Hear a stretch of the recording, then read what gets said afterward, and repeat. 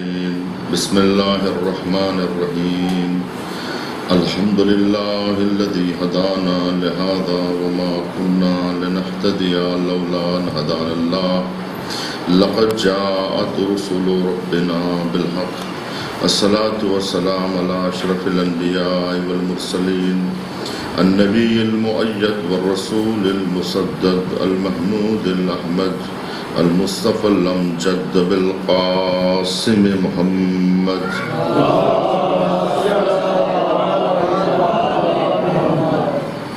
الصلاة والسلام على الطيبين الطاهرين الذين أذهب عنهم الرجس وطهرهم تطهيرا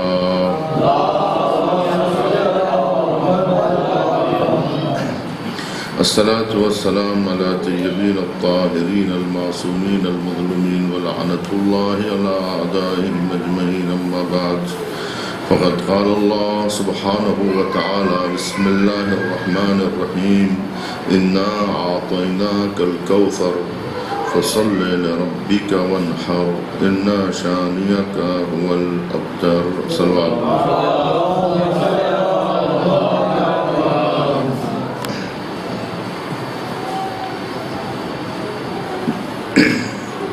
مفسرین اکرام کا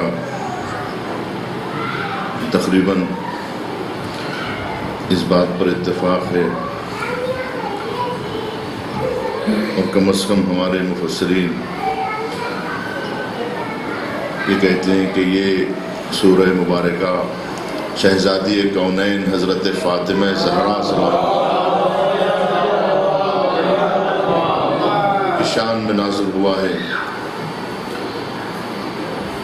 کہ جس سورہ میں لفظ کوثر کا ذکر ہے. کوثر صیغہ مبالغہ ہے یعنی خیر کثیر. کوثر بہشت میں جنت میں جو انہار ہیں ان میں سے ایک نہر کا نام بھی کوثر ہے. حوض کوثر، نہر کوثر. جہاں تسنیم و سلسبیل کا ذکر ہے وہاں پر لفظ کوثر کا ذکر بھی ہے کہ نہر کوثر ہے. تو کہا گیا کہ تمام انہار سب کے لیے ہے لیکن کوثر جو نہر ہے وہ خاص محمد مصطفیٰ صلی اللہ علیہ وسلم یعنی وہ جو جنت میں جو نہر کا نام کوثر ہے وہ نبی کریم کی ذات سے مختص ہے. وہ صرف اور صرف نبی کریم سے مخصوص ہے جو ان کی ہے، ان کی ملکیت ہے. تو جس طرح سے جنت میں نہر کا نام کوثر ہے اسی طرح سے شہزادی کونین کا ایک لقب کوثر ہے کہ جو نبی کریم کا حصہ ہے اور نبی کریم کا تحفہ ہے جو پروردگار نے معراج کی بلندیوں پر بلا کر جو تحفہ نبی کریم صلی اللہ علیہ وآلہ وسلم کے حوالے کیا تھا وہ شہزادی کونین کی شکل میں تھا. اسی لیے کہا جاتا ہے کہ شہزادی کونین حوراء انسیہ ہے. ایک القاب میں جہاں شہزادی کونین کے آپ مسلسل سنتے ہیں مختلف القاب ہیں، ان القاب میں جہاں جناب شہزادی کونین کا ایک لقب زہرا ہے، جیسا کہ شہزادی کونین کا ایک لقب راضیہ ہے، مرضیہ ہے. انہی القاب میں سے ایک لقب شہزادی کونین کا کوثر بھی ہے. انہی القاب میں سے یہ القاب شہزادی کونین سے مختص ہیں، ان کی عظمتوں کو ظاہر کر رہے ہیں کہ جو پروردگار عالم نے جو تحفہ دیا تھا شہزادی کونین کی شکل میں کہ یہ حوراء انسیہ ہے یعنی انسانی شکل میں حور ہے. یہی وجہ ہے کہ شہزادی کونین اور جو خاص الطاف الہیہ ہے جو کسی اور خاتون کے حصے میں نہیں ہے، یہ نبی کریم کا خاص تحفہ ہے جس کے لیے پروردگار عالم نے پہلے ہی بشارت دی کہ اے میرے حبیب جس وقت آیتیں منقطع ہوئی ہیں اس کے بعد جب سورہ نازل ہوا ہے وَالضُّحَىٰ وَاللَّيْلِ إِذَا سَجَىٰ مَا وَدَّعَكَ رَبُّكَ وَمَا قَلَىٰ وَالْآخِرَةُ خَيْرٌ لَكَ مِنَ الْأُولَىٰ وَلَسَوْفَ يُعْطِيكَ رَبُّكَ فَتَرْضَىٰ کہ اے میرے حبیب یہ نہ سمجھنا کہ تمہارا پروردگار تمہیں چھوڑ دیا ہے، ما ودعک ربک وما قلی وللآخرۃ خیر لک من الاولی، آپ کے لیے آخرت دنیا سے بہتر ہے۔ اسی کے بعد بشارت دی کہ اے میرے حبیب وَلَسَوْفَ يُعْطِيكَ رَبُّكَ فَتَرْضَىٰ کہ اے میرے حبیب ہم عنقریب آپ کو ایک ایسا تحفہ عنایت کرنے والے، ایک ایسی چیز عنایت کرنے والے ہیں عنقریب، لَسَوْفَ يُعْطِيكَ رَبُّكَ فَتَرْضَىٰ، یہاں تک کہ تو اپنے پروردگار سے راضی ہو جائے۔ اس میں بڑی عجیب شان محمد مصطفیٰ ہے، شان نبی کریم ہے کہ پوری کائنات رضائے الہیہ کو حاصل کرنا چاہتی ہے لیکن پروردگار رضائے مصطفیٰ حاصل کرنا چاہتا ہے کہ فَتَرْضَىٰ کہ اے میرے حبیب کہ تو مجھ سے راضی ہو جا، اپنے پروردگار سے راضی ہو جا۔ صلوات پڑھے محمد والے۔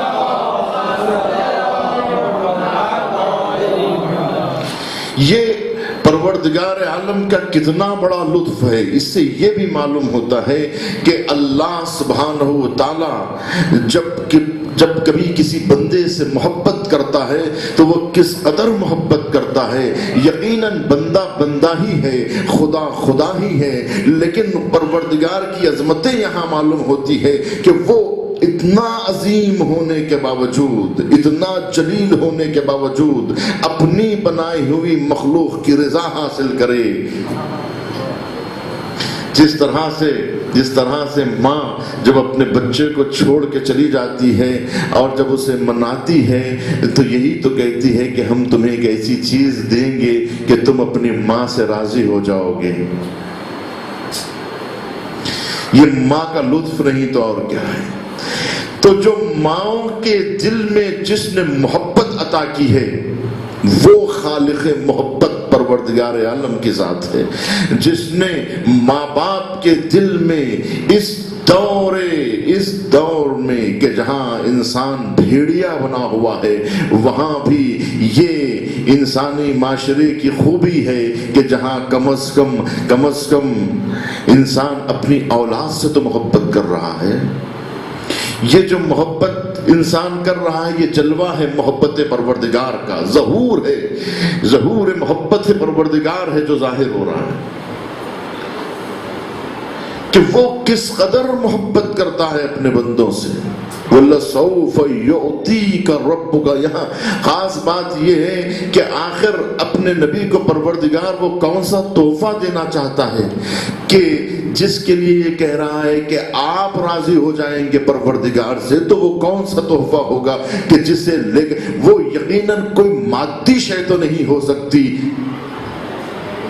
دنیا کی کوئی ایسی شے ہو ہی نہیں سکتی کہ جس کو لے کر نبی راضی ہو جائیں گے۔ سوال یہ پیدا ہوتا ہے کہ کون سی چیز محمد مصطفیٰ کے دامن میں نہیں ہے جو عطا کی جانے والی ہے، کون سی چیز ایسی ہے جو انہیں نہیں ملی ہے، جو انسان وہ چیز حاصل کرنا چاہتا ہے جو اس کے پاس نہیں ہوتی ہے۔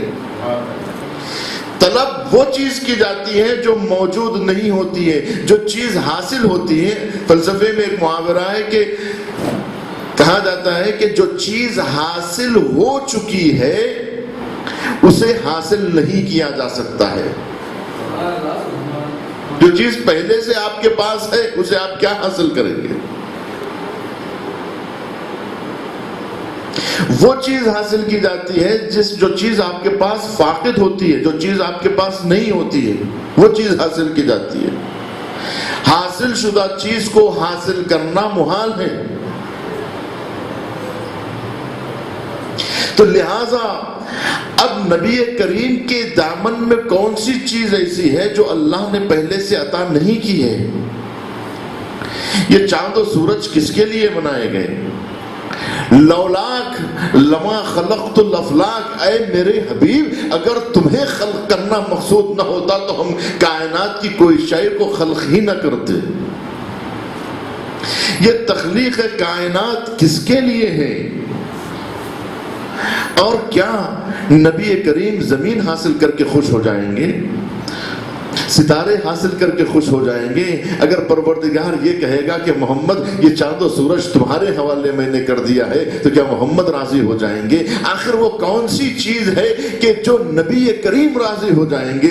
ہو سکتا ہے عام بشر کوئی چیز کی حاصل کرنے سے خوش ہو جائے، ہم اور آپ کوئی زمین کا ایک ٹکڑا ملنے سے خوش ہو جائیں، لیکن کیا محمد مصطفیٰ جس کے صدقے میں کائنات بنی، جس کے بارے میں اقبال کہتے ہیں کہ کی محمد سے وفا تو نے تو ہم تیرے ہیں، یہ جہاں چیز ہے کیا لوح و قلم تیرے ہیں، کہ پروردگار تو یہ کہتا ہے کہ وفائے محمد پر کائنات اٹھانے کے لیے تیار ہے، اس شخص کے حوالے کرنے تیار ہے کہ جو محمد سے وفا کرے۔ اس لیے کہ اگر کسی کو محمد حاصل ہو جائے تو سمجھیے اسے سب کچھ حاصل ہو گیا۔ تب اس کے بعد یہ کہ پروردگار کیا یہ کہنا، کیونکہ یہ گفتگو حبیب اور محبوب کے درمیان میں ہو رہی ہے، یہ گفتگو وہ راز کی گفتگو ہے جو عبد و معبود کے درمیان میں ہو رہی ہے، اور محمد مصطفیٰ جیسے بندے کو مخاطب کر، اس میں عام بشر شامل نہیں، اس میں امت شامل نہیں۔ کبھی ایسا ہوتا ہے کہ نبی کو مخاطب کیا تو جاتا ہے لیکن مراد نبی نہیں ہوتے ہیں، امت ہوتی ہے، کہ اے میرے حبیب، یعنی اے میرے حبیب کے امتیوں، ہم تمہیں ایک شے عطا کرنے والے ہیں، یہ اور بات ہے۔ لیکن جہاں خاص نبی کریم کو مخاطب کیا جا رہا ہے، اور جب خاص طور پہ صرف اور صرف نبی مخاطب ہے، امت مخاطب نہیں ہے، تو ہاں ہو سکتا ہے کہ امت کو خوش کیا کرنا بہت آسان ہے، لیکن نبی کو خوش کرنا، نبی کو خوش کرنا، دنیا کی کوئی چیز محمد مصطفیٰ کو راضی نہیں کر سکتی ہے۔ جس وقت نبی کریم پر عرب کی طرف سے جب نبی کریم کی تبلیغ پر روڑے اٹکائے جا رہے ہیں تھے، موانع ایجاد کیے جا رہے تھے، تو نبی خود کہہ رہے تھے کہ دیکھو تم چاہے جتنے کانٹے بچھا لو میری راہ میں، چاہے تم کتنے موانع ایجاد کر لو میرے راستے میں، یہاں تک کہ اگر تم میرے ایک ہاتھ پر چاند اور دوسرے ہاتھ پر سورج بھی رکھ دو گے تو میں تبلیغ اسلام سے باز آنے والا نہیں ہوں۔ تو وہ نبی جو چاند و سورج کو لینے سے جس کا مطلوب حاصل نہیں ہوتا ہے، اس کی تبلیغ کا کام کائنات کی کسی چیز کو حاصل کرنا نہیں ہے، تو پھر یہ کیسے کہا جا سکتا ہے کہ وَلَسَوْفَ يُعْطِيكَ رَبُّكَ فَتَرْضَىٰ، کہ اے میرے حبیب ہم تمہیں ایسی دولت عطا کریں گے جسے لے کر آپ راضی ہو جائیں گے۔ تو مادی اشیاء میں سے کوئی چیز ہو ہی نہیں سکتی۔ تو یہی وجہ ہے کہ جب عطائے پروردگار ہونے لگی تو یعطی کے لفظ ہی سے مشتق کہا گیا کہ اِنَّا أَعْطَيْنَاكَ الْكَوْثَرَ، کہ اے حبیب ہم تمہیں کوثر عطا کر رہے ہیں۔ جب عطا کی منزل آئی تو کہا، یعنی وہاں پر وعدہ کیا گیا تھا، یہاں وعدے کو وفا کیا جا رہا ہے۔ وہاں کہا گیا تھا کہ ہم عطا کرنے والے ہیں، جب کرنے لگے تو کہا اِنَّا أَعْطَيْنَاكَ الْكَوْثَرَ، کہ ہم آپ کو کوثر عطا کر رہے ہیں۔ لوگ کہتے ہیں کوثر سے مراد فاطمہ زہرا نہیں ہے، بلکہ اس کا معنی مراد ہے، مصداق مراد نہیں، شخص مراد نہیں، یعنی یہ لفظ کوثر علم نہیں ہے، بلکہ یہ لفظ کوثر اپنے معنی میں استعمال ہوا ہے، یعنی خیر کثیر کے معنی میں استعمال ہوا ہے، کہ اے نبی ہم تمہیں کوثر یعنی مبالغہ کا صیغہ ہے، خیر کثیر عطا کر رہے ہیں۔ اگر خیر کثیر مراد لیا جائے، فاطمہ مراد نہ لی جائے، اگر خیر کثیر مراد لی جائے تو سوال یہ ہے کہ کیا خیر کثیر کا مطلب دولت کثیر ہے، اقتدار کثیر ہے اور ثروت کثیر ہے؟ پھر کثیر کا معنی آپ کیا لیں گے کہ خیر کثیر عطا کیا جا رہا ہے؟ پھر کہنا پڑے گا کہ نہ صرف فاطمہ دامن محمد میں آ رہی ہے، بلکہ حلم لیے ہوئے حسن بھی آ رہے ہیں، شجاعتیں لیے ہوئے حسین بھی آ رہے ہیں، عبادتیں لیے ہوئے سید سجاد بھی آ رہے ہیں، محاسن لیے ہوئے محمد باقر بھی آ رہے ہیں، آثار لیے ہوئے جعفر صادق بھی آ رہے ہیں، علوم لیے ہوئے کاظم بھی آ رہے ہیں، حجج لیے ہوئے رضوی بھی آ رہے ہیں، اور تمام یہاں تک کہ قیامت تک کے سلسلے کو جاری رکھتے ہوئے ابن حسن عسکری تشریف لا رہے ہیں۔ صلوات پڑھو۔ یہ وہ خیر کثیر ہے جو ختم ہونے والا نہیں ہے، جو ختم ہو جائے وہ خیر کثیر نہیں ہو سکتا۔ یہ وہ خیر کثیر ہے، یہ وہ سلسلہ ہدایت ہے کہ جسے لے کر، یعنی وہ سلسلہ ہدایت ہے جو قیامت تک باقی رہنے والا ہے، جسے لے کر نبی کریم خوش ہو، یعنی یہ بیٹی نہیں آ رہی ہے، مرکز ہدایت آ رہا ہے۔ یہ بیٹی نہیں آ رہی ہے بلکہ مرکز ہدایت ہے، چراغ ہدایت ہے، اور مرکز ہدایت، سرمایہ ہدایت فاطمہ زہرا کی شکل میں مل رہی ہے، بیٹی نہیں ہے۔ اگر بیٹی کہا جائے تو پھر وہی بات ہو جائے گی، یعنی دنیاوی چیز مراد ہو جائے گی، آخرت کا سودا مراد نہیں ہوگا۔ نبی کریم کو اولاد کی ضرورت نہیں ہے بلکہ اس مشن کو چلانے والے وارثین کی ضرورت ہے، یعنی محمد مصطفیٰ کو اپنے محمد کے وارث کی ضرورت نہیں، رسالت کے وارث کی ضرورت ہے، وارثان علوم محمدی کی ضرورت ہے۔ تو چنانچہ کہا گیا ہے کہ کوثر فاطمہ زہرا ہے، وہ نہر خاص ہے کہ جو علوم معارف کا ایک بہتا ہوا دریا ہے۔ شہزادی کیا ہے؟ معرفت کا بہتا ہوا دریا ہے، علم کا بہتا ہوا دریا ہے، ایک ایسا دریا ہے، ایک ایسے انوار کا مرکز ہے کہ جس کا سلسلہ ہدایت قیامت تک جاری رہنے والا ہے۔ شہزادی سے جو سلسلہ شروع ہوا ہے یہ سلسلہ وہ ہے جو قیامت تک باقی رہنے والا ہے۔ صلوات پڑھے محمد۔ آپ حضرات تھوڑا سا قریب آ جائیں تو صلوات پڑھے۔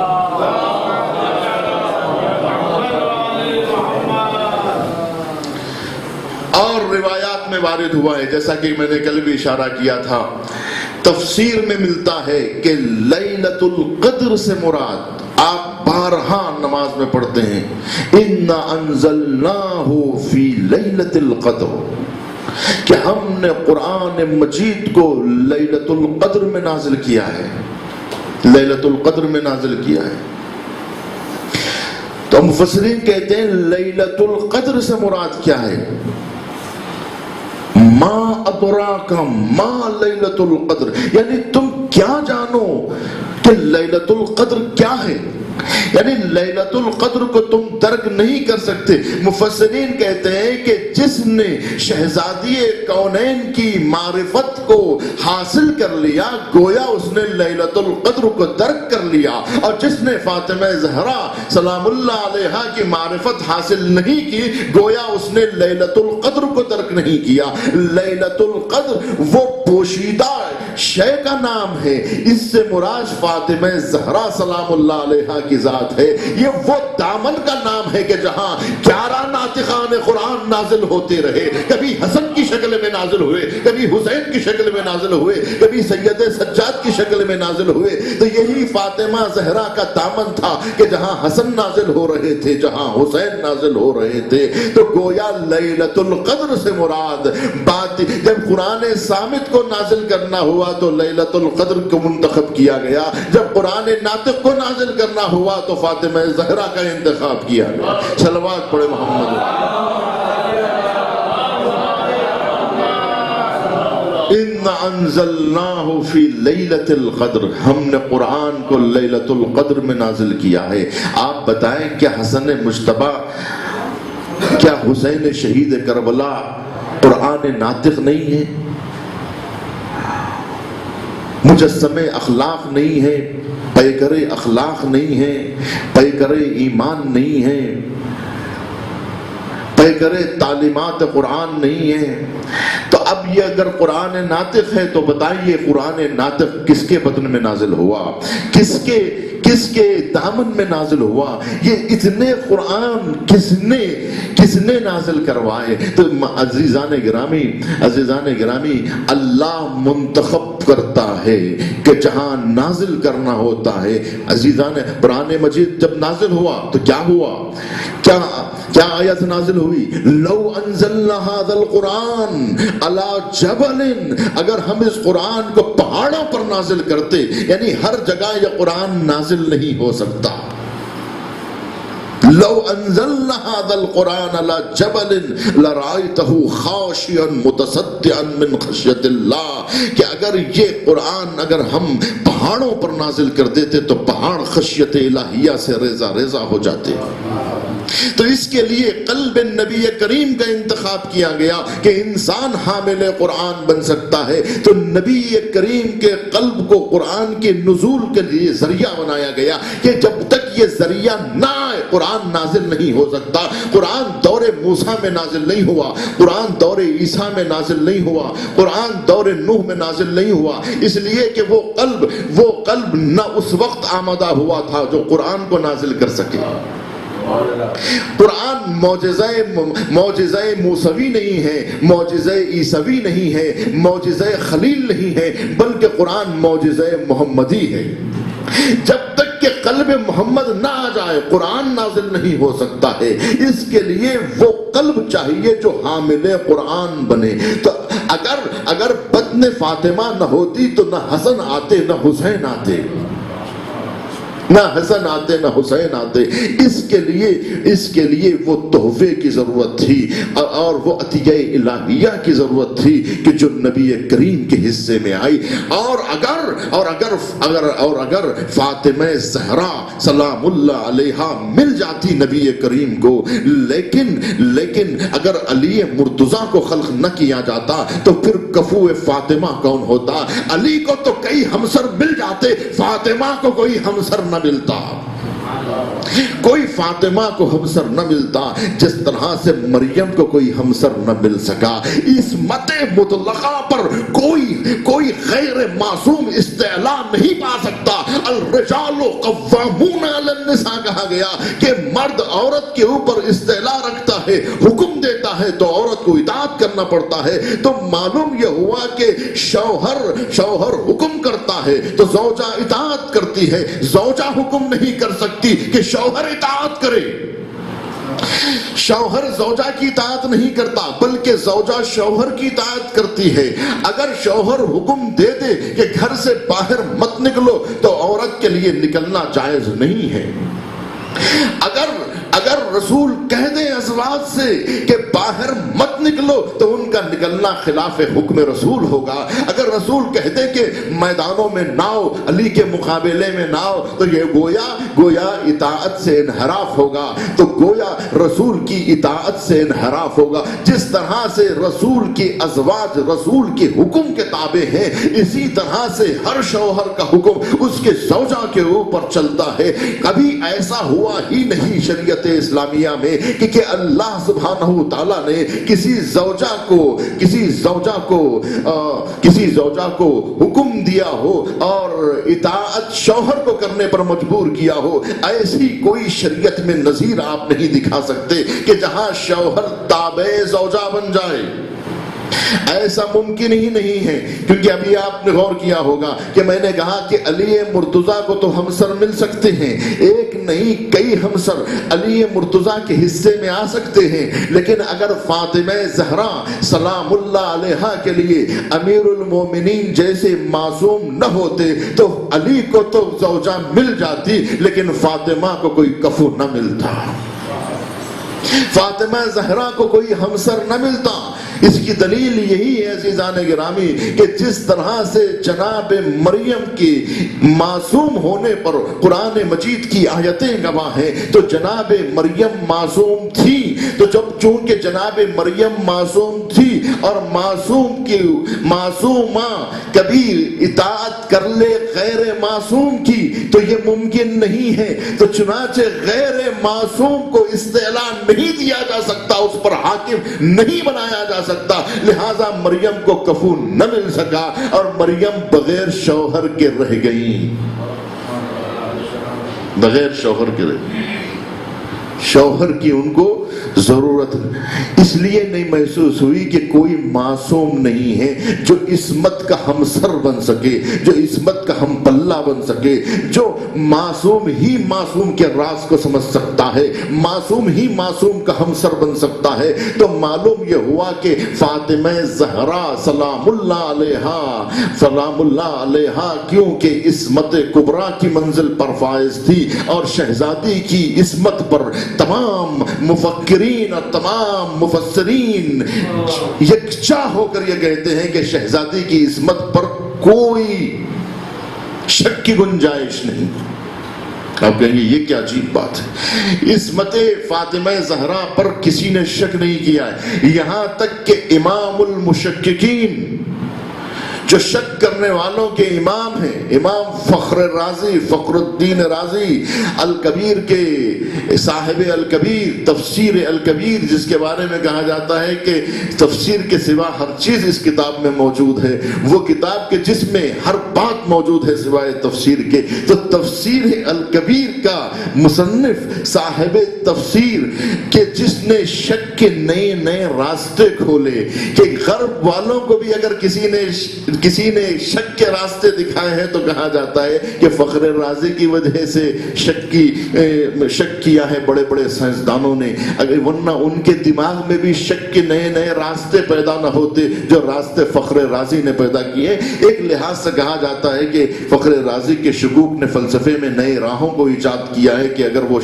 اتنے شکوک نہ کرتے تو فلسفے میں نئی راہیں بھی نہ کھلتی۔ یہ اور بات ہے کہ فلسفے کی خدمت کر کے فخر رازی چلے گئے، لیکن امام فخر رازی جو امام المشککین ہیں وہ بھی کہتے ہیں کہ مجھے فاطمہ زہرا کی عصمت پہ کوئی شک نہیں ہے، اس لیے کہ انما یرید اللہ لیذھب عنکم الرجس اہل البیت ویطہرکم تطہیرا میں مرکز تطہیر فاطمہ زہرا کی ذات ہے۔ صلوات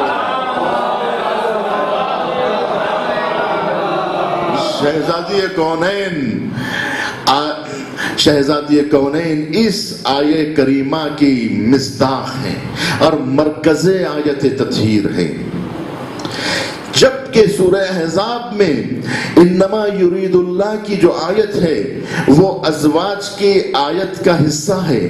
تو اکثر بعض مفسرین کہتے ہیں چونکہ یہ آیت ازواج سے متعلق آیت کا حصہ ہے لہٰذا اس میں ازواج بھی شامل ہیں، اس میں ازواج بھی شامل ہیں۔ ہم کہتے ہیں کہ ازواج کو آپ شامل کر رہے ہیں، لیکن کسی بھی زوجہ نے اس وقت کسی بھی زوجہ نے، یہ بات کے مفسرین کہہ رہے ہیں کہ کیونکہ یہ آیت سورہ احزاب کی اس آیت کا حصہ ہے کہ جہاں آیت مخاطب ہو رہی ہے ازواج نبی سے، وہاں پر کیونکہ یہ مکمل آیت نہیں ہے، آیت کا حصہ ہے، تو اب آنے والے مفسرین جو دفاع کر رہے ہیں ازواج کی طرف سے، پورے غور فرمائیے گا کہ جہاں مفسرین دفاع کر رہے ہیں ازواج نبی کی جانب سے، تو دفاع کرنے والے وکیلوں کا کہنا ہے کہ ازواج نبی اس آیت کا حصہ ہے۔ سوال یہ پیدا ہوتا ہے کہ جب مفسرین جو ان کی طرف سے وکالت کر رہے ہیں ان کا ادعا یہ ہے کہ اس آیت میں ازواج شامل ہے، تو ہمارا سوال یہ پیدا ہوتا ہے کہ آیا خود ازواج نے اس آیت کو اپنے لیے استعمال کیا تھا کہ نہیں کیا تھا؟ اگر یہ ان کی شان میں یہ آیت نازل ہوتی تو بقول مورخ کے، بقول مفسر کے، اور حقیقت بھی یہی ہے کہ اگر یہ آیت ازواج کی شان میں ہوتی تو جناب عائشہ کہ جب جنگ جمل میں چلی تھی تو اونٹ کی پیشانی پر یہ آیت لکھ کے آگے بڑھتی تاکہ لوگ پہچان لیتے کہ ان کی تطہیر پر آیت تطہیر گواہ ہے، ان کی طہارت پر، لہٰذا کوئی ہم پر شک نہ کرے۔ تو اتنا غوغا مچاتی، اتنا شور و غل مچاتی، کیونکہ جب چھوٹی چھوٹی حدیثوں پر انہوں نے اتنا شور مچایا ہے، تو اگر یہ آیت ان کی شان میں جب وہ خود اس آیت کو اپنے لیے نہیں استعمال کر رہی ہیں تو آپ کون ہوتے ہیں کہ ان کی طرف سے دفاع کرے؟ صلوات پڑھے محمد۔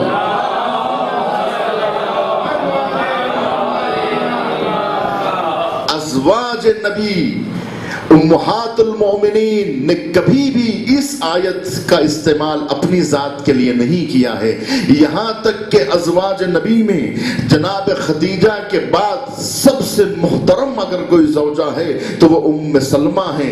ام سلمہ خدیجۃ الکبریٰ کے بعد سب سے زیادہ معمر، سب سے زیادہ متقی، سب سے زیادہ روبدار، سب سے زیادہ بردبار، سب سے زیادہ نیک خاتون، ازواج نبی میں سب سے زیادہ محترم ام سلمہ۔ اور اکثر مورخین مفسرین کہتے ہیں کہ یہ آیت کریمہ جو نازل ہوئی ہے، آیت تطہیر، یہ ام سلمہ کے گھر میں نازل ہوئی ہے۔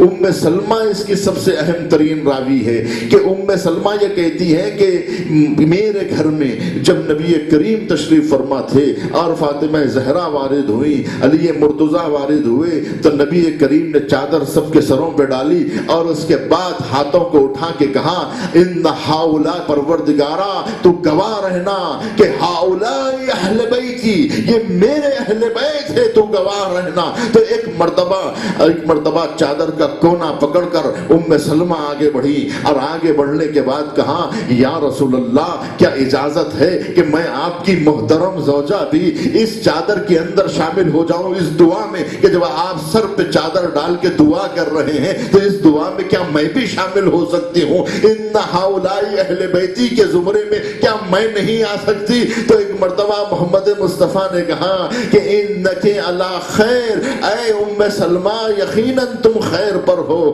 لیکن تم اس چادر میں داخل نہیں ہو سکتے۔ ام سلمہ کا بیان، جب ام سلمہ داخل نہیں ہو سکتی تو اور زوجہ کیسے داخل ہو؟ صلوات پڑھے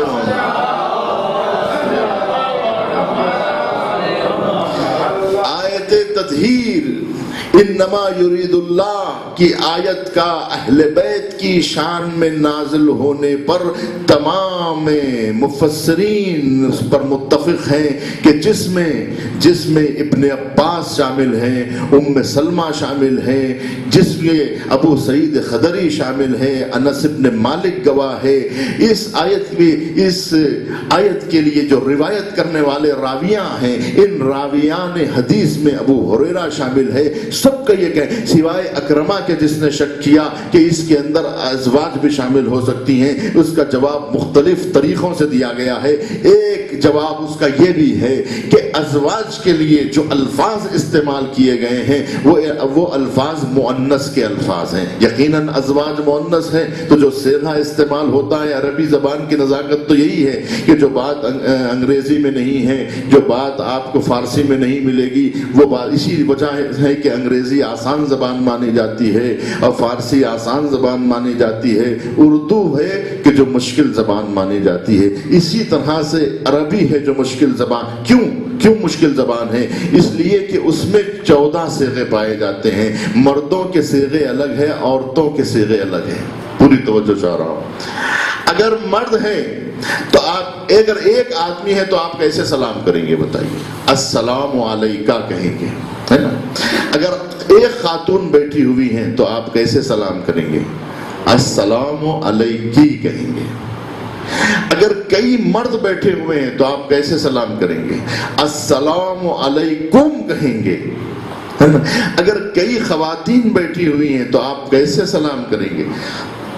السلام علیکن، علیکن من السلام، یا السلام علیکن، تم خواتین پر میرا سلام ہو۔ اگر سب خواتین بیٹھی ہوئی ہوں تو پھر صیغہ جمع مؤنث کا استعمال ہوگا۔ یہ عربی گرامر کا طریقہ ہے۔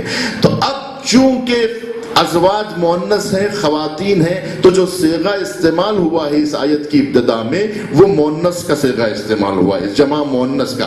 وَلَا تَبَرُّجْنَا تَبَرُّجَ الْجَاهِلِيَّةِ الْأُولَىٰ، قرآن کے الفاظ ہیں جو سورہ احزاب کی اس آیت کی ابتدا میں شروع ہو رہے ہیں کہ اے ازواج نبی، زمانے جاہلیت کی طرح رواج قائم مت کرو اور ویسی طریقے مت استعمال کرو جو زمانے جاہلیت میں تم استعمال کیا کرتی تھی۔ تو اس کا مطلب یہ ہے کہ وہاں ڈانٹا، ایک تو یہ ہے کہ لہجہ بدلا، وہاں ڈانٹا جا رہا ہے، یہاں سند طہارت دی جا رہی ہے نا۔ ایک تو یہ کہ لہجہ بدلا۔ اس کے بعد جو الفاظ استعمال ہوئے ہیں وہ وہاں جمع مؤنث کے تبرج نہ کہا گیا، یہاں کیا کہا گیا؟ انما یرید اللہ لیذھب عنکن نہیں ہے، عنکم ہے۔ اب آپ کوئی بھی قرآن اٹھائیں، انما یرید اللہ لیذہب عنکم علیکم، یہ مرد کے لیے استعمال ہوتا ہے، مردوں کے لیے استعمال ہوتا ہے، خواتین کے لیے استعمال نہیں ہوتا۔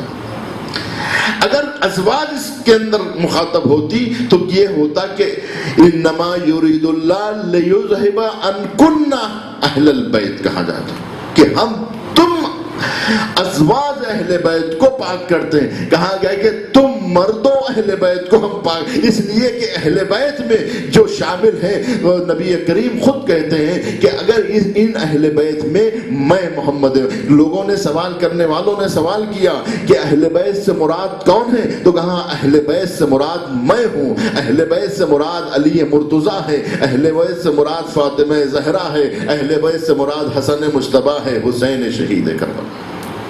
تو اب آپ دیکھیے ان پنجتن میں اکثریت کس کی ہے، تو جس کی اکثریت ہوگی صیغہ انہی سے مخاطب ہوگا، کیونکہ مردوں کی اکثریت ہے لہذا صیغہ، اگر عورتوں کی اکثریت ہوتی تو صیغہ عورتوں کا استعمال ہوتا۔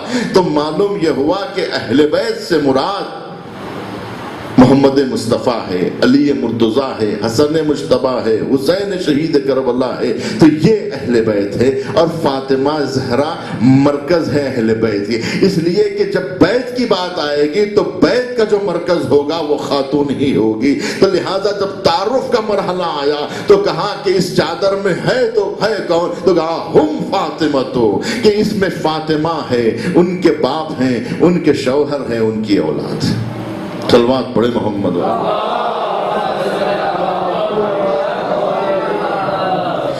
نبی کریم نماز فجر کے بعد پلٹے، اہل بیت کی مدح کی، اور اسی کے ساتھ کہا کہ تمہیں چاہیے کہ تم ہدایت سے متوسل ہو جاؤ اور ہدایت کو حاصل کرو، اور آفتاب کی ہدایت حاصل کرنے کی کوشش کرو، جب آفتاب سے ہدایت نہ مل سکے تو مہتاب سے ہدایت حاصل کرنے کی کوشش کرو۔ کہا اگر مہتاب کی ہدایت کو حاصل نہ کر سکو تو تم ستاروں سے ہدایت حاصل کرنے کی صحیح کرو اور کوشش کرو کہ ہدایت حاصل کرو، ہدایت حاصل کرو سورج سے، ہدایت حاصل کرو چاند سے، ہدایت حاصل کرو ستاروں سے۔ لوگوں نے کہا یا رسول اللہ اس سے مراد کیا ہے کہ سورج سے ہدایت حاصل کریں، چاند سے ہدایت حاصل کریں، ستاروں سے ہدایت حاصل کریں، اس کا مطلب کیا ہے؟ تو حضور اکرم نے کہا کہ دیکھو اس سے مراد آفتاب سے مراد میری ذات ہے، اور مہتاب سے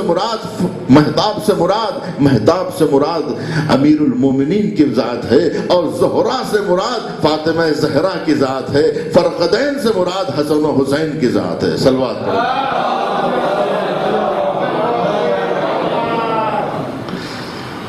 تو شہزادی کونین سے ہدایت کا مرکز، ان سے ہدایت حاصل کرو۔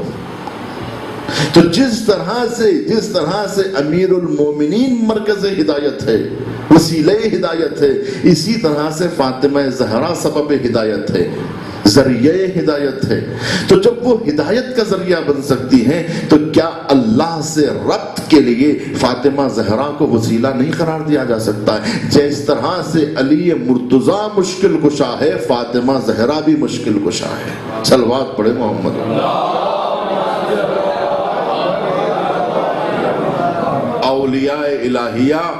اولیاء الہی متوسل ہوتے تھے شہزادی کونین سے۔ شہزادی کونین کو شافع روز محشر کہا گیا ہے کہ فاطمہ زہرا شفیعہ ہے، شفاعت کرنے والی ہیں۔ جب قیامت میں ظہور ہوگا تو آواز آئے گی بنت محمد آ رہی ہیں، اپنی آنکھوں کو نیچی کر لو۔ فاطمہ زہرا کی عظمتیں محشر میں ظاہر ہوں گی، شہزادی کونین کا وقار اور ان کی جلالت محشر میں واضح ہوں گی کہ وہ شفیع محشر ہوں گی۔ وہ مادر ہیں، ماں ہیں حسنین کی، وہ ماں ہیں۔ دیکھیے قرآن مجید کہہ رہا ہے کہ نبی کی ازواج تمہاری مائیں ہیں۔ ازواج نبی امہات المؤمنین ہیں، مومنین کی مائیں۔ جو بھی زوجہ رسول ہے، جو بھی نبی کی زوجیت میں ہے، وہ مسلمانوں کی ماں ہیں۔ سگی ماں ہو کہ سوتیلی ماں ہے، سب ماں ہیں، تو معلوم یہ ہوا ازواج نبی امہات المومنین ہیں، لیکن نبی کریم کی جب ازواج مومنین کی ماں ہوتی ہیں تب اندازہ لگائیے کہ جو نبی کریم جس کو اپنی ماں کہے اس کا مرتبہ کتنا بلند ہوگا، جو نبی کریم جس کو اپنی ماں کہے کہ ام ابیہا، یہ اپنے باپ کی بھی ماں ہے، تو گویا یہ مومنین کے لیے جدہ ماجدہ ہوگی کہ سارے مومنین کی جدہ ماجدہ اگر کوئی ہے تو وہ فاطمہ زہرا اس لیے کہ نبی کریم کی حیثیت، نبی کریم کی ذات امت کے لیے باپ کی طرح ہے، تو جو باپ کی ماں ہوتی ہے وہ مومنین کے لیے ماں نہیں ہوتی بلکہ جدہ ماجدہ ہوتی ہے۔ صلوات پڑھے محمد۔ تو مومنین کتنا احترام کریں شہزادی کا، اتنا نہیں جتنا ازواج کا کرتے ہیں، اس لیے کہ ماؤں کے احترام سے زیادہ جدہ ماجدہ کا احترام ہوتا ہے، اس لیے کہ اگر ماں آ جائے تو بچے کھڑے ہوں گے تعظیم کو، لیکن باپ تعظیم کو نہیں کھڑا ہوگا ماں کے آنے پر، لیکن جدہ ماجدہ اس ذات کا نام ہے کہ جب وہ آ جائیں تو بچے باپ کے ساتھ تعظیم کو اڑ جاتے ہیں۔ تو فاطمہ زہرا جب تشریف لاتی ہیں تو خود مرسل اعظم تعظیم کے لیے کھڑے ہو جاتے ہیں۔ صلوات پڑھے محمد۔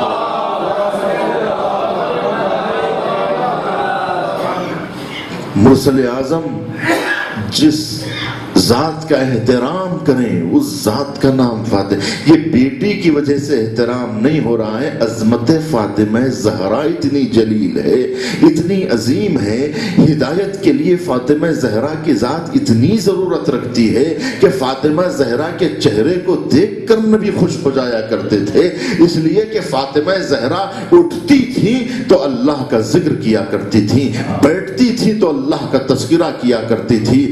فاطمہ زہرا کے لیے یہ عظمتیں کیا کم تھی کہ وہ نبی کی بیٹی تھی؟ مسلمانوں کے لیے اس سے زیادہ، دیکھیں جب مسلمان اپنے اسلام پہ غرور کرتا ہے تو قرآن مجید کہتا ہے کہ تم کس بات پہ غرور کر رہے ہو، یہ عطیہ جو اسلام کا ملا ہے یہ تمہیں جو اسلام ملا ہے یہ اللہ اسلام تم پہ منت رکھتا ہے، تم اسلام پر احسان نہیں جتاتے۔ لیکن مسلمانوں کا طریقہ کیا ہے؟ کفار پہ فخر کرتے ہیں۔ اگر کوئی فخر کرنے کے لائق اگر کوئی ذات ہے تو وہ شہزادی کے علاوہ کون ہے؟ اگر کوئی شہزادی کی جگہ پر کوئی اور بیٹا ہوتا تو وہ کتنا مطمئن ہو جاتا، کیا وہ کوئی ذکر خدا کرنے کے لیے آمادہ ہوتا؟ جس کا باپ فخر مرسلین ہو، جس کے صدقے میں کائنات بنی ہو، کیا اس کے بیٹے کو جنت کے حصول کی تمنا ہوتی ہے؟ کیا وہ کہ جس کے باپ کے لیے ملائکہ استغفار کرتے ہوں، کیا اس کی بیٹی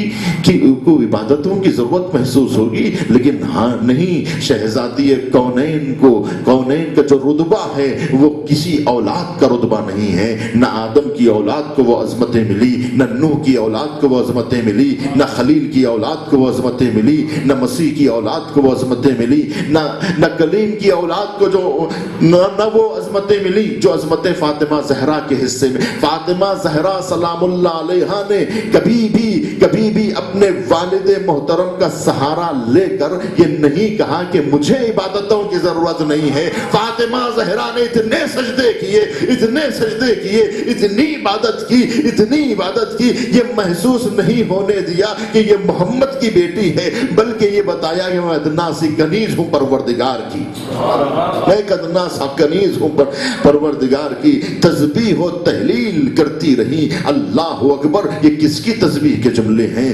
الحمدللہ کس کی زبان پہ جاری ہوا؟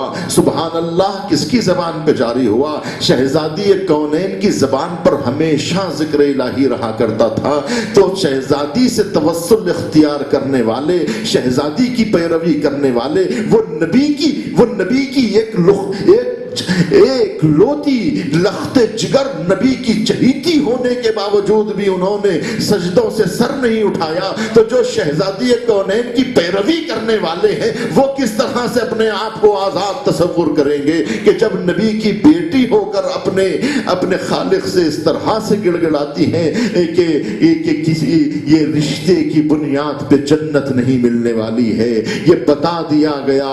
اور نبی کریم نے اپنی بیٹی کو یہ سمجھا دیا تھا کہ میری بیٹی رشتے کی بنیاد پہ جنت ملنے والی نہیں ہے، محمد مصطفیٰ کی بیٹی ہونے کی وجہ سے جنت نہیں ملنے والی ہے، جنت تمہارے کردار کی وجہ سے ملنے والی ہے۔ اگر نبی کی بیٹا ہونا یا نبی کی بیٹی ہونے پر جنت مل جاتی تو نوح کی اولاد بھی جنتی ہو جاتی، غرق نہ ہو جاتی۔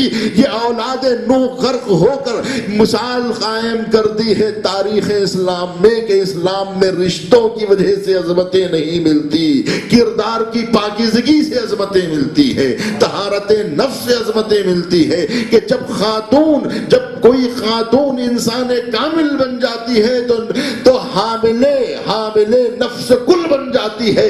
مرد اگر انسان کامل بنتا ہے تو عقل کل کہلاتا ہے، اگر خاتون جب انسان کامل بن جاتی ہے تو نفس کل بن جاتی ہے۔ تو فاطمہ زہرا نفس کل کا نام ہے، علی عقل کل کا نام ہے۔ جب عقل کل اور نفس کل کا رشتہ قائم ہوا تو آواز آئی مرج البحرین یلتقیان یخرج منہما اللؤلؤ والمرجان۔ صلوات پڑھے محمد۔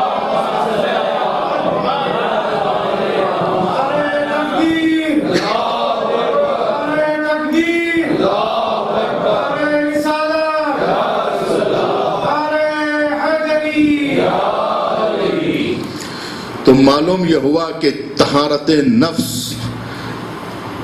کی اس منزل پر، پاکیزگی نفس کی اس منزل پر کوئی خاتون اگر فائز ہو جاتی ہے تو اب تاریخ نسواں میں کوئی خاتون ایسی نہیں ہے جو ہم رتبہ سیدہ کہلائے، ہم مرتبہ سیدہ کہلائے۔ کوئی خاتون تاریخ عالم میں نہیں گزری جو فاطمہ زہرا سلام اللہ علیہا کی برابری کر سکے۔ چنانچہ جناب حوا کو عظمتیں ملی، جناب آسیہ کو عظمتیں ملی، جناب خدیجہ کو عظمتیں ملی، جناب مریم کو عظمتیں ملی، آسیہ کو عظمتیں ملی، لیکن یہ ساری عظمتیں اپنے مقام پر شہزادی کونین کو جو عظمتیں ملی ہیں وہ ان سب پر غالب ہے کہ کوئی ان کی برابری نہیں کر سکتی، اس لیے کہ جناب مریم یقیناً سیدۃ النساء ہیں، جناب حوا یقیناً سیدۃ النساء ہیں، اپنے دور کے خواتین کی سید النساء ہیں، یعنی سردار ہے خواتین کی۔ اگر جناب حوا سردار ہے تو اپنے دور کی خواتین کی سردار تھی، جناب مریم اگر سردار تھی تو اپنے دور کے خواتین کی سردار تھی، جناب آسیہ اگر سردار تھی تو اپنے دور کی، جناب خدیجہ تھی تو اپنے دور کی، لیکن فاطمہ زہرا جو سردارہ ہے یہ ساری خلق کے لیے ہے، یعنی شہزادی کونین ہے۔ جہاں جہاں کے سرور محمد مصطفیٰ ہے وہاں کی شہزادی فاطمہ زہرا کہ نبی کریم کہتے ہیں نبنتی فاطمہ سیدۃ النساء العالمین من الاولین والآخرین، کہ میری بیٹی فاطمہ سیدہ عالمیان ہے، سابقین کے لیے بھی لاحقین کے لیے بھی، یعنی فاطمہ جیسی فاطمہ نہ پہلے پیدا ہوئی تھی نہ بعد میں پیدا ہوں گی، یعنی فاطمہ زہرا کی جیسی خاتون نہ فاطمہ زہرا سے پہلے پیدا ہوئی نہ فاطمہ زہرا کے بعد میں پیدا ہوں گی۔ کوئی خاتون فاطمہ زہرا کے رتبے کی برابری نہیں کر سکتی، جبکہ یہ نسبتیں کافی ہے شہزادی کے لیے آج تک ہو۔ اسی لیے کہا جاتا ہے کہ دنیا نے مقام فاطمہ کو درک نہیں کیا ہے، جس طرح سے میں نے ابھی ذکر کیا تھا کہ جس طرح سے لیلۃ القدر درک نہیں ہوئی ہے آج تک، اسی طرح سے معرفت فاطمہ زہرا کو آج تک کسی نے درک نہیں کیا ہے، اس لیے کہ لیلۃ القدر ما ادراک ما لیلۃ القدر، تم کیا جانو کہ لیلۃ القدر کیا ہے. لیلۃ القدر بڑی عظمتوں والی ہے. اسی طرح سے فاطمہ زہرا بڑی عظمتوں والی ہے. ما ادراکا ما فاطمہ, تم کیا جانو کہ فاطمہ, تم یہ جانتے ہو کہ فاطمہ محمد کی بیٹی ہے مگر فاطمہ نہیں ہے. تم یہ جانتے ہو کہ فاطمہ زوجہ امیر المومنین ہے مگر فاطمہ نہیں ہے. تم یہ جانتے ہو کہ فاطمہ مادر حسنین ہے مگر فاطمہ نہیں ہے. فاطمہ کون ہے؟ فاطمہ خود فاطمہ ہے. صلوات پڑھے محمد.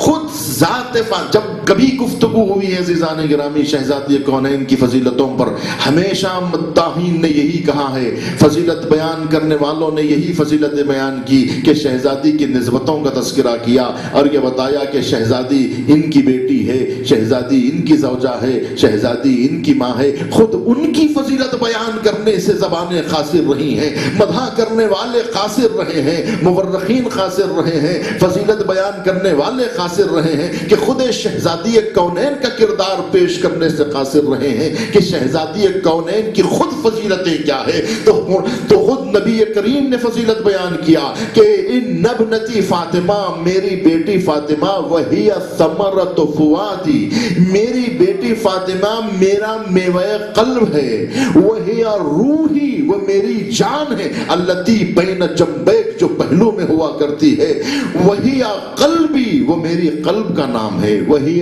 روحی, التی قامت فی محراب ربہا, جب فاطمہ محراب پروردگار میں کھڑی ہوتی تھی تو ان کی پیشانی سے ایسا نور ساطع ہوتا تھا جو عرش سے جا کے ٹکراتا تھا. اور فاطمہ زہرا جب عبادت میں مشغول ہوتی تھی تو 70,000 ملائکہ استغفار کیا کرتے تھے. صلوات پڑھے محمد.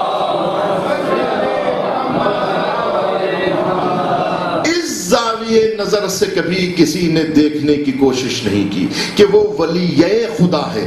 ولی خدا کے فضائل تو آپ نے سنے, لیکن ولی خدا, کنیز خدا کے فضائل کیا ہوتے ہیں. بندے خدا کی فضیلت تو سنی, لیکن کنیز پروردگار کیسی ہوتی ہے اس کی فضیلت نہیں سنی. شہزادی کونین کا رتبہ کیا ہے, شہزادی کونین کی ذاتی فضیلت کیا ہے. جب وہ عبادت کرتی تھی اٹھتے بیٹھتے اللہ کا ذکر کیا کرتی تھی. شہزادی کونین کی صحبت میں جو کنیز داخل, یہ دیکھیے فضا نے قرآن میں گفتگو کی ہے کہ نہیں کی ہے, تو فضا نے جو قرآن کی گفتگو کی ہے تو شہزادی کونین سے مصاحبت کا نتیجہ ہے. یہ گویا کسی اور سے نہیں, فاطمہ زہرا کی صحبت میں رہ کر فضا قرآن کی زبان میں بولنے لگی تھی. تو معلوم یہ ہوا کہ شہزادی کونین حافظ قرآن نہیں بلکہ قرآن کی آیتیں سیدہ کے گھر میں نازل ہوتی تھی, اور سیدہ کی شان میں قرآن کی آیتیں نازل ہوئی ہیں کہ وہ یطعمون الطعام علی حبہ مسکینا ویتیما. سورہ دہر جو نازل ہوا ہے وہ فاطمہ کے گھر میں نازل ہوا ہے. صلوات پڑھیں محمد. فاطمہ زہرا کی تربیت کا یہ نمونہ ہے.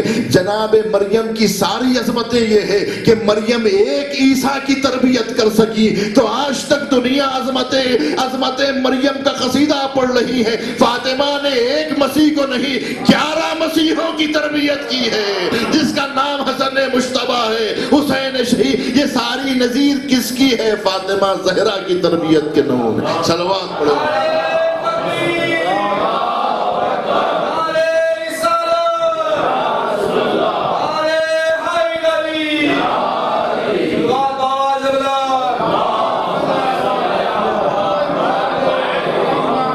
کتنی بدبخت ہے وہ قوم, کس قدر وہ قوم قابل افسوس ہے اس قوم کے اوپر کہ جس قوم کے پاس اتنے عظیم ستارے ہیں.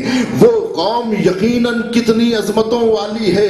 عیسائی قوم کے پاس ایک مریم تھی تو مریم کے مجسمے پوری دنیا کی سڑکوں کے بڑے بڑے چوراہوں پہ نصب کر دیے گئے. تبھی تو برلن اور جرمن کا مفکر کہتا ہے کہ اگر ایسے ستارے ایسی شخصیتیں جو تاریخ اسلام میں پائی جاتی ہیں وہ ہمارے پاس، اگر کربلا کے شہید ہمارے پاس ہوتے تو برلن کے ہر چوراہے پر علی اکبر اور علی اصغر کی تصویریں آویزاں ہو جاتی اور ان کے بڑے بڑے مجسمے. میں نہیں کہہ رہا ہوں کہ ان کے مجسمے تراشے جائیں، مگر میں کہہ رہا ہوں کم سے کم ان کو قابل اطاعت تو سمجھو، ان کی عظمتوں کا اقرار تو کرو. فاطمہ زہرا کا اقرار کتنے مسلمانوں نے کیا ہے اور کتنے مسلمانوں نے فاطمہ زہرا کے حق عظمت کو ادا کیا ہے کہ فاطمہ زہرا جیسی شخصیت تاریخ عالم میں نہیں پیدا ہوئی. لیکن کتنی قدر افسوس کی بات ہے، عیسائیوں نے مریم کا پرچار کیا پوری دنیا میں، پوری دنیا کو بتایا کہ ایک خاتون ہمارے مذہب میں پائی جاتی ہے جو اتنی عظمتوں والی ہے کہ جس نے عیسیٰ کو جنم دیا ہے. تو جو عیسیٰ کو جنم دے دے تو وہ ماں کتنی عظیم ہوگی. لیکن دنیا کو نہیں پہچانوایا کہ جس نے تخلیق کربلا کی ہے اس کو فاطمہ نے جنم دیا ہے، اس کو فاطمہ نے جنم دیا ہے کہ جس نے ایسی تربیت کے نمونے قائم کیے، کہ جس نے ایسی نظیر قائم کی ہے، ایسے اخلاق کے منارے قائم کی ہے. یہ فاطمہ زہرا کی تربیت کا نمونہ ہے. اگر جتنی فضیلتیں امام حسین کو ملتی ہیں کیا اس میں فاطمہ زہرا کا حصہ نہیں ہے؟ کیا حسن مجتبیٰ کی جتنی فضیلتیں آپ بیان کرتے ہیں کیا اس میں فاطمہ کا حصہ نہیں ہے؟ ہاں، یہ فاطمہ زہرا کی آغوش کا حصہ ہے. عزیزان گرامی، جب شہزادی کونین عبادت کیا کرتی تھی، امام حسن کو کس نے اپنی آغوش میں پالا؟ کس نے چکی پیس کے حسن مجتبیٰ کو اس منزل تک پہنچایا؟ جس سفرے پر حسن مجتبیٰ کھانا کھایا کرتے تھے وہ سفرہ کس نے بچھایا تھا؟ وہ شہزادی کونین کا بچھایا ہوا سفرہ تھا جس پر بیٹھ کر حسین کھایا کرتے تھے، جس پر بیٹھ کے حسن مجتبیٰ کھایا کرتے تھے. اور روایت کہتی ہے کہ فاطمہ زہرا رات بھر عبادت کرتی تھی. اور ایک وقت کا واقعہ امام حسن نقل کرتے ہیں کہ میں اپنی ماں کی دعاؤں کو سن رہا تھا. میری ماں رات بھر دعائیں کرتی رہی، میں سن رہا تھا. جب اذان فجر کا وقت قریب آ گیا، دعائیں اختتام کے قریب پہنچ گئی، یہاں تک کہ دعا ختم ہو گئی تو میں نے پوچھا ماں، اب دعائیں ختم ہو رہی تھی، میں نے پوچھا ماں آپ نے سب کے لیے تو دعا کیا لیکن اماں آپ نے ہم کو بھلا دیا، آپ نے اپنی اولاد کو بھلا دیا.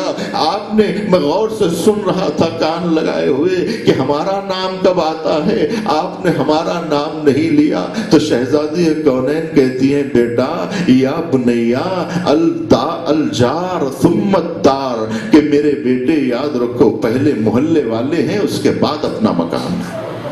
یہ تربیت کس کی ہے؟ یہ تربیت کس کی ہے؟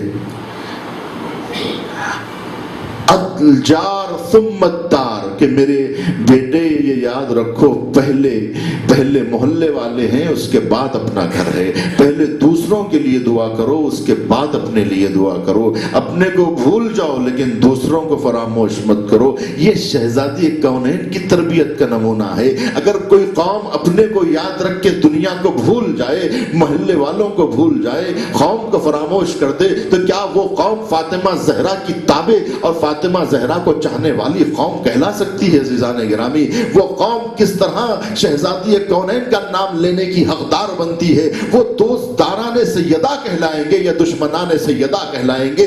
جو قوم سیدہ کی تعلیمات سے منحرف ہو جائے وہ اسی کو دشمنان فاطمہ کہا جاتا ہے، اور جو قوم تابع فاطمہ بن جائے اسی کو دوست داران فاطمہ کہا جاتا ہے. جو فاطمہ زہرا کی تربیت کو قبول کر لے وہ اپنا رشتہ فاطمہ سے جوڑ سکتے ہیں. فاطمہ سے رشتہ جوڑنا یہ ہمارے بس کا کام نہیں ہے. فاطمہ زہرا کی جلالت القدر سے رشتہ حسن مجتبیٰ جوڑ سکتے ہیں.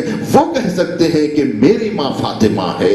حسین کہہ سکتے ہیں میری ماں فاطمہ ہے. کیوں؟ اس لیے کہ امام حسین نے فاطمہ زہرا سے تربیت حاصل کی ہے اور ان کے بتائے ہوئے نقوش کو اپنے لیے تعویذ بنا لیا ہے. اگر دسترخوان پر فاطمہ زہرا نے یہ تربیت نہ دی ہوتی کہ جب کوئی مسکین آ کر آواز دیا کہ میں مدینے کا مسکین ہوں مجھے کھانا دے دو، تو شہزادی نے اٹھا کے اپنے سامنے کی روٹیاں حوالے کر دی۔ عزیزان گرامی، یہ شہزادی نے عمل کر کے بتایا، یہ نہیں کہا بیٹا تم دے دو میں بھوکی ہوں میں کھا لیتی ہوں، یہ نہیں، بلکہ بیٹوں سے نہیں کہا، زبان سے نہیں، عمل کر کے بتایا، خود اٹھا کے اپنی روٹیاں دے دی۔ تو جب بچے بڑھ کر اپنی روٹیاں دینے لگے تو ماں نے روکا نہیں کہ بیٹے ہم بڑے ہیں ہم دے دیں گے، تم چھوٹے بچے ہو تم لوگ کھا لیو، اس لیے کہ تم لوگوں نے بھی تو آخر روزہ رکھا ہے، یہ افطار کا موقع ہے، یتیم تو آتے رہتے ہیں، مسکین تو آتے ہی رہیں گے، لیکن تم اپنے سامنے کا کھانا خود کھا لو۔ شہزادی کونین کی تربیت کا یہ نمونہ ہے کہ شہزادی نے اپنے بیٹے کو بھوکا رہتا ہوا دیکھا لیکن کسی یتیم کو خالی نہیں جانے دیا، کسی اسیر کو خالی نہیں جانے دیا۔ تبھی تو حسین بڑے ہو کر جب ہر کا قافلہ آیا تو کہا اگر کوئی اور ہوتا تو کہتا کہ جنگل میں اپنا پانی کسی اور کو نہیں۔ عزیزان گرامی، انسان دولت تو بانٹ سکتا ہے لیکن کسی دشمن کو اپنی حیات نہیں دے سکتا، اس لیے کہ پانی وہاں دولت سے زیادہ قیمتی تھا۔ دولت کوئی قیمتی چیز نہیں تھی صحرائے عرب میں، لیکن جہاں قافلے میں چھوٹے چھوٹے بچے ہوں، جہاں 6 مہینے والا علی اصغر ہو، کہ جہاں 4 سالہ بچی موجود ہو، اور جہاں 5 سالہ محمد باقر موجود ہو، یہ جہاں اتنی عظیم شخصیتیں جہاں حسین کے قافلے میں موجود ہے، امام حسین نے اس بات کی فکر نہیں کی کہ اگر پانی نہیں رہے گا تو کہیں محمد باقر نہ پیاسے رہ جائے، کہیں سکینہ نہ پیاسی رہ جائے، کہیں رقیہ نہ پیاسی رہ جائے، کہیں علی اصغر نہ پیاسے رہ جائے۔ پانی میں نہیں، میں دولت تو دے سکتا ہوں لیکن پانی نہیں دے سکتا۔ یہ حسین ابن علی نے نہیں کہا۔ عزیزان گرامی، نہ صرف یہ کہ دشمن کو سیراب کیا بلکہ دشمن کے گھوڑوں کو سیراب کر دیا، جانوروں کو سیراب کر دیا۔ اس بات کی فکر نہیں کی کہ میری اولاد پیاسی رہ جائے گی کہ نہیں رہے گی۔ یہ کس کی تربیت کا نمونہ ہے؟ یہ کس نے بتایا ہے؟ یہ فضائل جو ملے ہیں وہ کس کے وسیلے سے ملے ہیں؟ شہزادی کونین واسطہ خیر ہے، واسطہ فیض ہے، واسطہ ہدایت ہے، اور اللہ کی وہ منتخب بیوی ہے کہ جس کو اللہ نے محمد مصطفیٰ کے اس طرح سے حوالے کیا ہے کہ اے رسول، ہم وہ دولت تمہارے حوالے کرنے والے ہیں جسے لے کر تم راضی ہو جاؤ گے۔ ہاں عزیزان گرامی، فاطمہ زہرا وہ محبوب رسول ہے کہ محمد مصطفیٰ اللہ کے حبیب ہے، اور فاطمہ محبوب ہے، حبیب کائنات کی محبوب ہے فاطمہ۔ شہزادی کونین پر جو ظلم ڈھائے گئے ہیں، بس میں گفتگو کو ختم کر رہا ہوں، حق فاطمہ زہرا کی بات آتی ہے تو مجھے عرض کرنا پڑتا ہے۔ عزیزان گرامی، ہم اصحاب کا احترام کرتے ہیں، یقیناً ازواج کا احترام کرتے ہیں۔ کوئی ہم سے پوچھے ازواج نبی کا احترام کیوں کرتے ہو تو ہم یہی تو کہیں گے کہ ان کی نسبت محمد مصطفیٰ سے ہے، ان کا احترام اس لیے کیا جاتا ہے کہ وہ نبی کی زوجہ ہے۔ عزیزان گرامی، اصحاب کا احترام ہم کرتے ہیں۔ کوئی پوچھے اصحاب رسول کا احترام کیوں کرتے ہو تو یہ نسبت رسول کی وجہ سے ہے، محبت رسول سے ہے، تو رسول کے بزم میں بیٹھنے والوں سے محبت ہوگی، رسول کے اصحاب سے محبت ہوگی، اور ان کے ساتھیوں سے محبت ہوگی۔ اگر رسول کی وجہ سے محبت ہے تو عزیزان گرامی، جو رسول کی وجہ سے اگر محبت ہے تو پھر فاطمہ سے کیوں محبت نہیں ہے؟ اگر ازواج سے رسول کی وجہ سے ہے، اصحاب سے محبت رسول کی وجہ سے ہے، تو پھر اولاد سے محبت کس کی وجہ سے ہے؟ اولاد سے محبت کیوں نہیں ہوگی؟ یقیناً اس اولاد سے محبت رسول اللہ صلی اللہ علیہ وآلہ وسلم کی وجہ سے ہونا چاہیے. اگر آپ کو رسول کی وجہ سے نہیں بلکہ الگ سے آپ کا رشتہ ہے تو اس کی کوئی اہمیت نہیں ہے. عزیزان گرامی، اہمیت ہے اصحاب کی تو رسول اللہ کی نسبت کی وجہ سے. ازواج کا احترام اگر آپ اس وجہ سے کرتے ہیں کیونکہ رسول اللہ کی ازواج تھی، اگر آپ اس زاویے کو دیکھتے ہیں تو پھر اہل بیت کو کیوں چھوڑ دیتے ہیں؟ اہل بیت بھی تو رسول کے اہل بیت ہے. جہاں عظمت صحابہ کا ذکر آئے گا وہاں عظمت اہل بیت کا تذکرہ بھی آئے گا. اسی لیے تو رسول اللہ نے کہا کہ علموا اولادکم حب اہل البیت، کہ اپنی اولاد کو محبت اہل بیت کا درس دو، تعلیم قرآن دو اور حب اہل بیت کا درس دو. یہ عقیدہ مسلمین ہے، یہ مسلمانوں کا عقیدہ. اہل بیت سے محبت جزو ایمان ہے. عزیزان گرامی، سوال یہ پیدا ہوتا ہے کہ اگر رسول اللہ کی نسبت کی وجہ سے ہے تو رسول اللہ اس دروازے پر آ کر سلام کیا کرتے تھے کہ السلام علیکم یا اہل بیت النبوہ و معدن الرسالہ، اے اہل بیت نبی تم پر سلام. اے اہل، انشاءاللہ وہ باتیں رہ گئی ہیں کل عرض کی جائیں گی کہ یہ سلام کب تک کرتے رہے نبی، یہ کس طرح سے نبی کریم نے یہ مشغلہ بنا لیا تھا. لیکن آج صرف یہ عرض کرنا ہے کہ جس دروازے پر کھڑے ہو کر نبی سلام کیا کرتے تھے امت نے اسی دروازے پر آگ و لکڑیوں کا انبار جمع کر دیا تھا. بعد نبی لکڑیوں کا انبار جمع ہو گیا اور کہا کہ ہم اس گھر کو آگ لگا دیں گے اہل خانہ کے ساتھ کہ علی بیعت کے لیے راضی نہیں ہو رہے ہیں تو اس وقت تو یقیناً راضی ہو جائیں گے جس وقت گھر میں آگ لگے گی. امیر المومنین فاطمہ زہرا کی موجودگی میں خاموش بیٹھے ہوئے ہیں گھر کے، کیونکہ فاطمہ زہرا مدافع علی ہے. جب نبی کی بیٹی موجود ہے تو وہ سب سے زیادہ نبی سے قریب ہے. نبی سے قریب فاطمہ کے علاوہ امت میں کوئی نہیں ہے. امت اگر کسی کو نہیں جانتی ہے تو فاطمہ زہرا کو ضرور جانتی ہے.